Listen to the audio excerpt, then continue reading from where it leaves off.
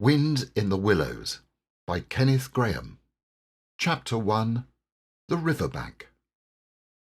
The mole had been working very hard all morning, spring cleaning his little home, first with brooms, then with dusters, then on ladders and steps and chairs, with a brush and a pail of whitewash, till he had dust in his throat and eyes, and splashes of whitewash all over his black fur, and an aching back and weary arms.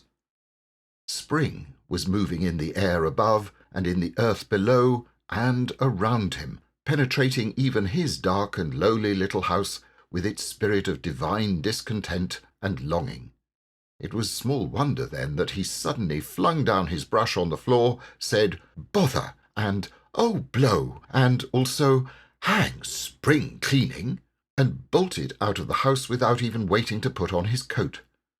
Something up above was calling him imperiously, and he made for the steep little tunnel which answered, in his case, to the gravelled carriage drive owned by animals whose residences are nearer to the sun and air. So he scraped and scratched and scrabbled and scrooged, and then he scrooged again and scrabbled and scratched and scraped, working busily with his little paws and muttering to himself, up we go, till at last, pop!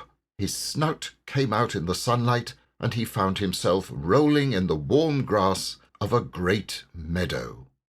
"This is fine," he said to himself. "This is better than whitewashing." The sunshine struck hot on his fur, soft breezes caressed his heated brow, and after the seclusion of the cellarage he'd lived in for so long, the carol of happy birds fell on his dulled hearing almost like a shout. Jumping off all his four legs at once, in the joy of living and the delight of spring without its cleaning, he pursued his way across the meadow till he reached the hedge on the further side. "Hold up," said an elderly rabbit at the gap. "Sixpence for the privilege of passing by the private road."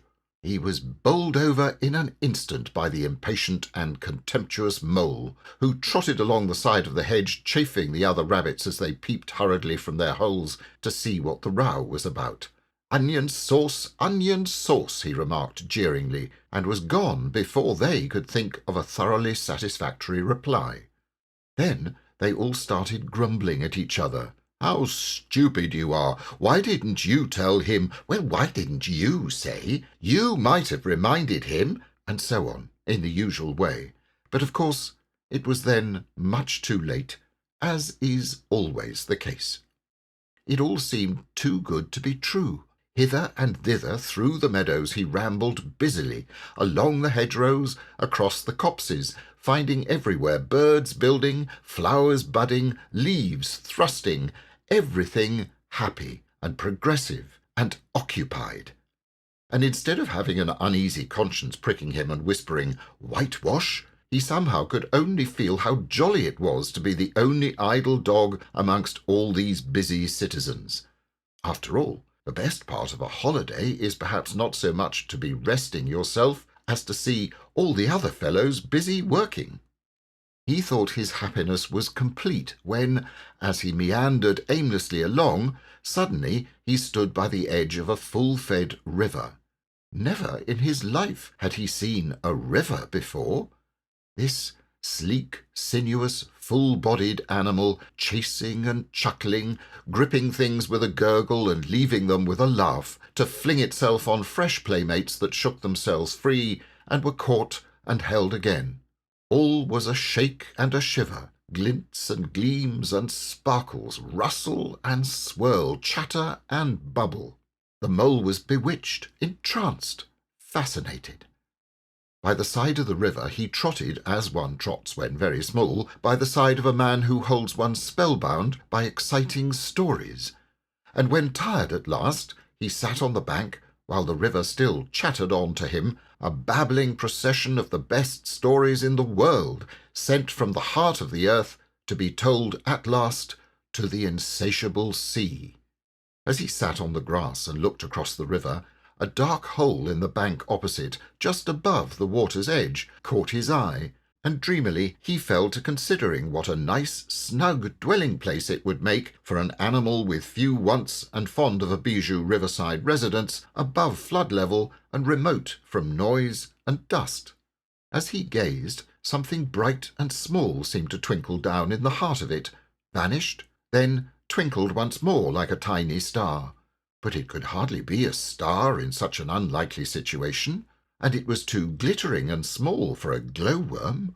Then, as he looked, it winked at him, and so declared itself to be an eye, and a small face began gradually to grow up round it, like a frame round a picture, a brown little face, with whiskers.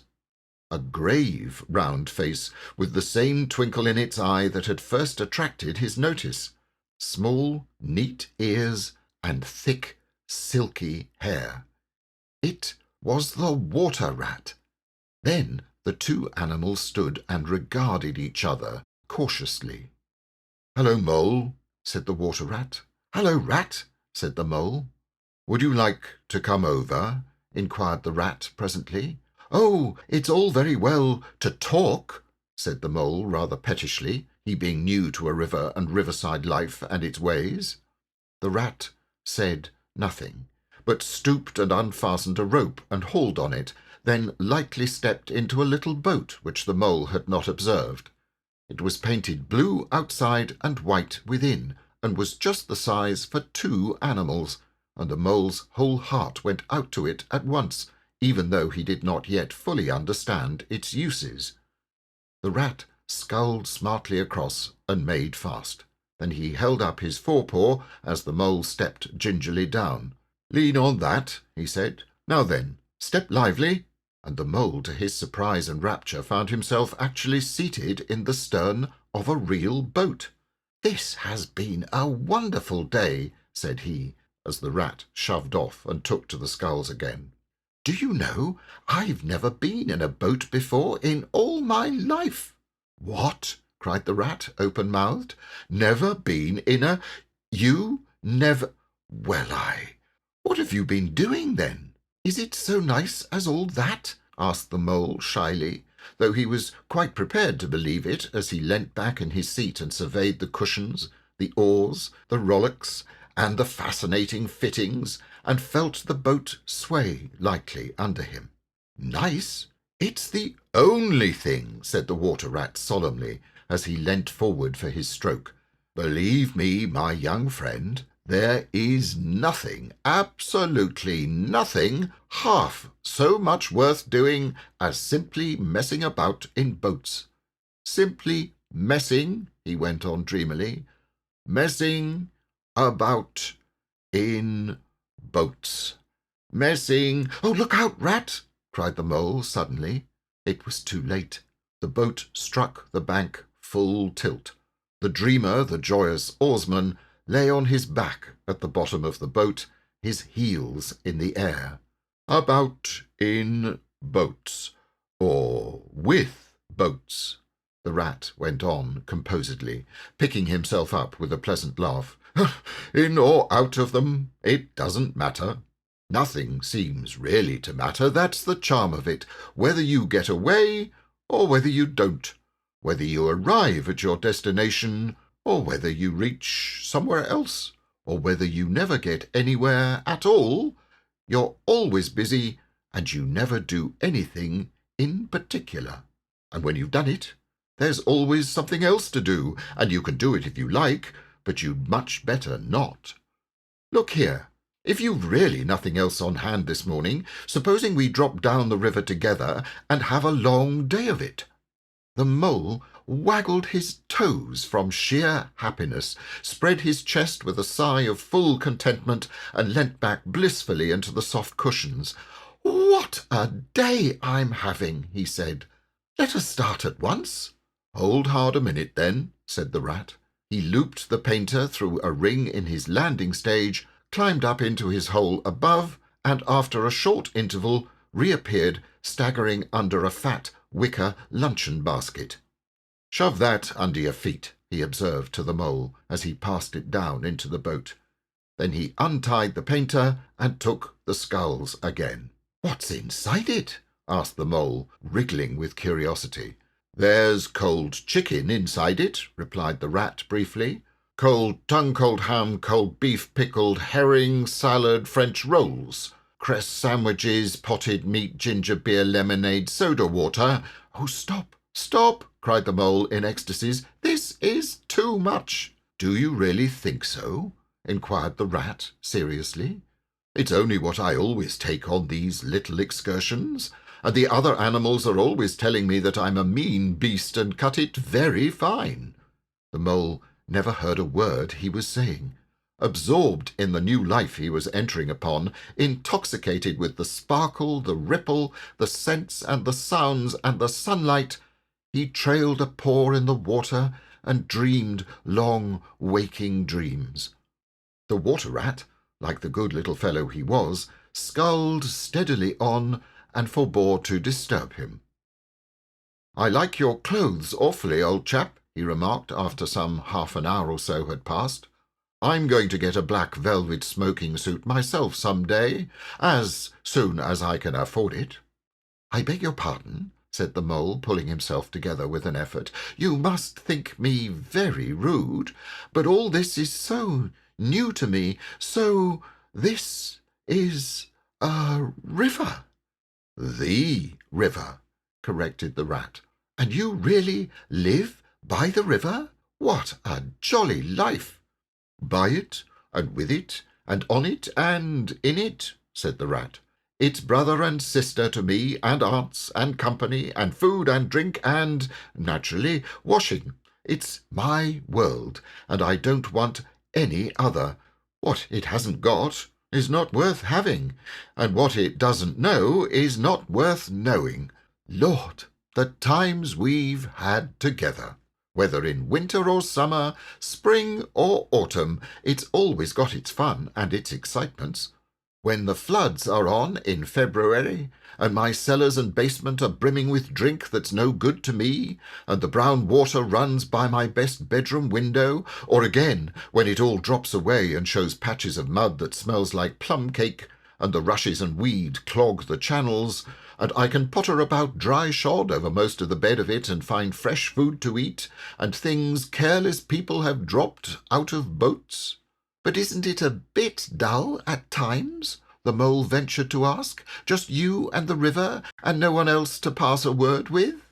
"No one else to— Well, I mustn't be hard on you," said the rat with forbearance. "You're new to it, and of course you don't know. The bank is so crowded nowadays that many people are moving away altogether. Oh, no, it isn't what it used to be at all. Otters, kingfishers, dabchicks, moorhens, all of them about all day long and always wanting to do something, as if a fellow had no business of his own to attend to." "What lies over there?" asked the mole, waving a paw towards a background of woodland that darkly framed the water meadows on one side of the river. "That? Oh, that's just the wild wood," said the rat shortly. "We don't go there very much, we river bankers." "Aren't they very nice people in there?" said the mole, a trifle nervously. "Well," replied the rat, "let me see. The squirrels are all right, and the rabbits, some of them. But rabbits are a mixed lot. And then there's Badger, of course. He lives right in the heart of it. Wouldn't live anywhere else either if you paid him to do it. Dear old Badger. Nobody interferes with him. They'd better not," he added significantly. "Why, who should interfere with him?" asked the mole. "Well, of course, there are others," explained the rat in a hesitating sort of way. "Weasels, and stoats, and foxes, and so on. They're all right in a way. I'm very good friends with them, past the time of day when we meet and all that, but they break out sometimes, there's no denying it, and then, well, you can't really trust them, and that's the fact." The mole knew well that it is quite against animal etiquette to dwell on possible trouble ahead, or even to allude to it, so he dropped the subject. "And beyond the wildwood again?" he asked, "where it's all blue and dim, and one sees what may be hills, or perhaps they mayn't. and something like the smoke of towns, or is it only cloud drift? Beyond the wild wood comes the wide world, said the rat, and that's something that doesn't matter either to you or me. I've never been there, and I'm never going, nor you either, if you've got any sense at all. Don't ever refer to it again, please. Now then, here's our backwater at last, where we're going to lunch.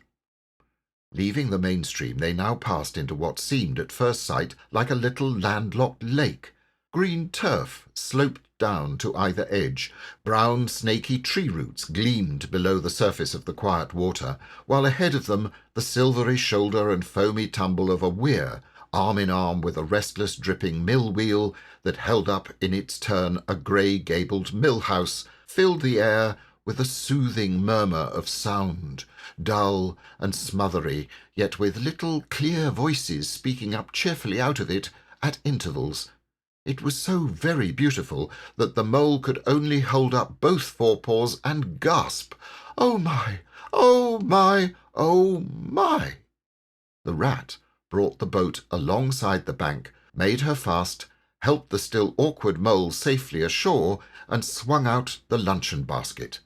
The mole begged as a favour to be allowed to unpack it all by himself, and the rat was very pleased to indulge him and to sprawl at full length on the grass and rest, while his excited friend shook out the tablecloth and spread it, took out all the mysterious packets one by one, and arranged their contents in due order, still gasping, "Oh my! Oh my!" at each fresh revelation.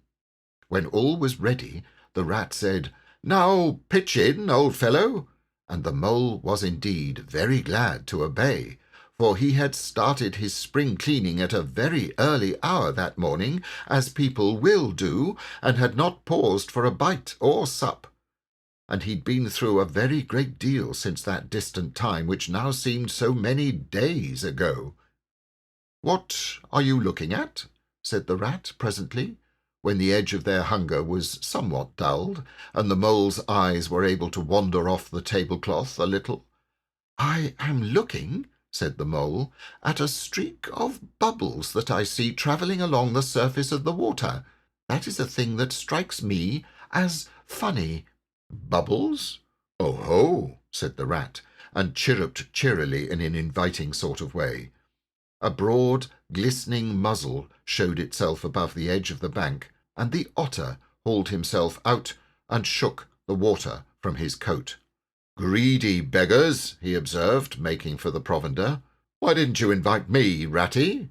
"This was an impromptu affair," explained the rat. "By the way, my friend Mr. Mole." "Proud, I'm sure," said the otter, and the two animals were friends forthwith. "Such a rumpus everywhere," continued the otter. "All the world seems to be out on the river today. I came up this backwater to try and get a moment's peace, and then stumble upon you fellows. At least, I beg pardon, I don't exactly mean that, you know." There was a rustle behind them, proceeding from a hedge wherein last year's leaves still clung thick, and a stripy head with high shoulders behind it peered forth on them. "Come on, old badger," shouted the rat. The badger trotted forward a pace or two, then grunted, company," and turned his back and disappeared from view. "That's just the sort of fellow he is," observed the disappointed rat. "Simply hates society.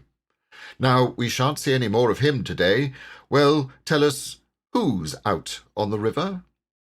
"Toad's out, for one," replied the otter, "in his brand-new wager-boat. New togs, new everything." The two animals looked at each other and laughed. "Once it was nothing but sailing," said the rat. "Then he tired of that and took to punting. Nothing would please him but to punt all day and every day, and a nice mess he made of it. Last year it was all houseboating, and we all had to go and stay with him in his houseboat and pretend we liked it. He was going to spend the rest of his life in a houseboat. It's all the same, whatever he takes up, he gets tired of it and starts on something fresh.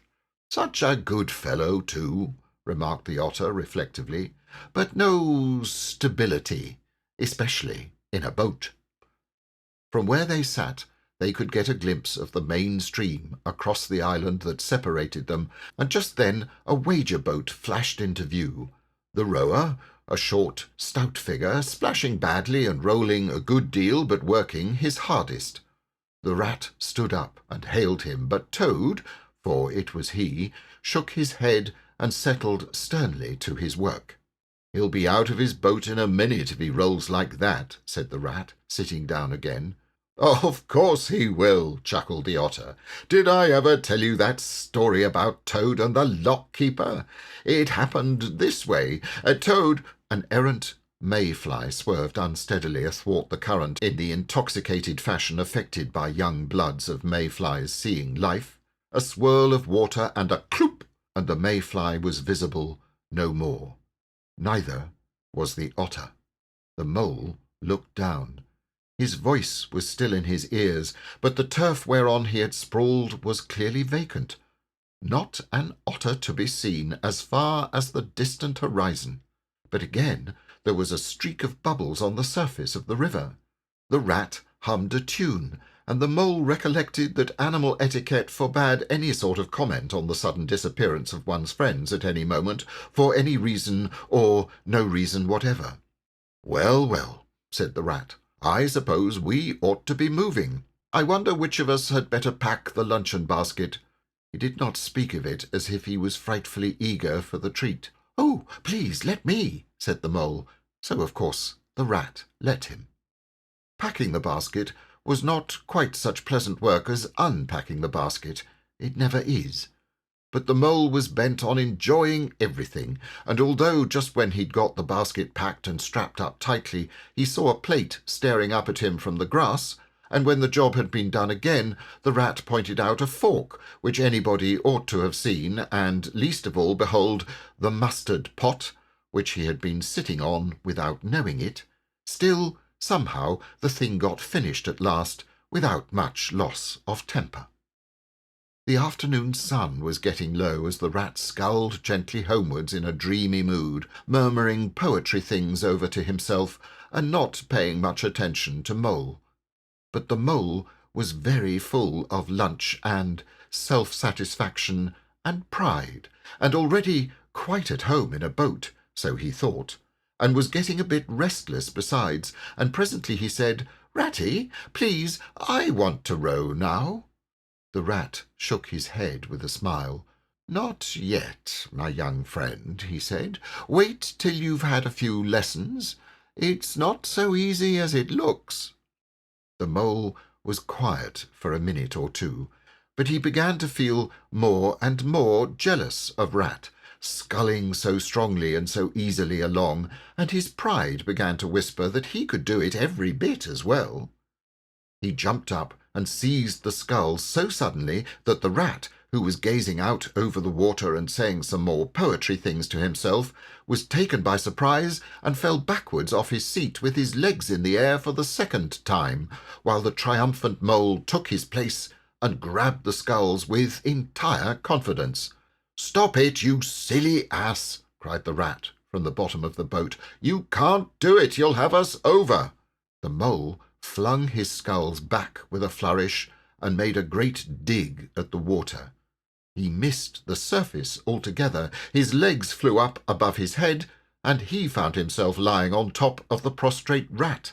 Greatly alarmed, he made a grab at the side of the boat, and the next moment, sploosh! Over went the boat, and he found himself struggling in the river. Oh my! How cold the water was, and oh, how very wet it felt! How it sang in his ears as he went down, down, down! How bright and welcome the sun looked as he rose to the surface, coughing and spluttering! How black was his despair when he felt himself sinking again! Then a firm paw gripped him by the back of his neck. It was the rat, and he was evidently laughing. The mole could feel him laughing, right down his arm and through his paw, and so into his, the mole's, neck. The rat got hold of a scull and shoved it under the mole's arm. Then he did the same by the other side of him, and, swimming behind, propelled the helpless animal to shore, hauled him out, and set him down on the bank, a squashy, pulpy lump of misery. When the rat had rubbed him down a bit and wrung some of the wet out of him, he said, "Now then, old fellow, trot up and down the towing path as hard as you can, till you're warm and dry again, while I dive for the luncheon basket." So the dismal mole, wet without and ashamed within, trotted about till he was fairly dry, while the rat plunged into the water again, recovered the boat, righted her and made her fast, fetched his floating property to shore by degrees, and finally dived successfully for the luncheon basket and struggled to land with it. When all was ready for a start once more, the mole, limp and dejected, took his seat in the stern of the boat, and as they set off, he said in a low voice, broken with emotion, "Ratty, my generous friend, I am very sorry indeed for my foolish and ungrateful conduct. My heart quite fails me when I think how I might have lost that beautiful luncheon basket. Indeed, I've been a complete ass, and I know it. Will you overlook it this once and forgive me, and let things go on as before?" "That's all right, bless you," responded the rat cheerily. "Where's a little wet to a water rat? I'm more in the water than out of it most days. Don't you think any more about it. And look here, I really think you'd better come and stop with me for a little time. It's very plain and rough, you know, not like Toad's house at all, but you haven't seen that yet. Still, I can make you comfortable, and I'll teach you how to row and to swim, and you'll soon be as handy on the water as any of us." The mole was so touched by this kind manner of speaking that he could find no voice to answer him, and he had to brush away a tear or two with the back of his paw. But the rat kindly looked in another direction, and presently the mole's spirits revived again, and he was able to give some straight back talk to a couple of moorhens who were sniggering to each other about his bedraggled appearance. When they got home, the rat made a bright fire in the parlour and planted the mole in an armchair in front of it, having fetched down a dressing-gown and slippers for him, and told him river stories till supper-time. Very thrilling stories they were, too, to an earth-dwelling animal like Mole. Stories about weirs and sudden floods, and leaping pike, and steamers that flung hard bottles. At least, bottles were certainly flung, and from steamers, so presumably by them, and about herons, and how particular they were whom they spoke to, and about adventures down drains, and night-fishings with otter, or excursions far afield with badger. Supper was a most cheerful meal, but very shortly afterwards a terribly sleepy mole had to be escorted upstairs by his considerate host to the best bedroom, where he soon laid his head on his pillow in great peace and contentment, knowing that his new-found friend, the river, was lapping the sill of his window. This day was only the first of many similar ones for the emancipated mole, each of them longer and full of interest as the ripening summer moved onward. He learnt to swim and to row, and entered into the joy of running water. And, with his ear to the reed stems, he caught, at intervals, something of what the wind went whispering so constantly among them.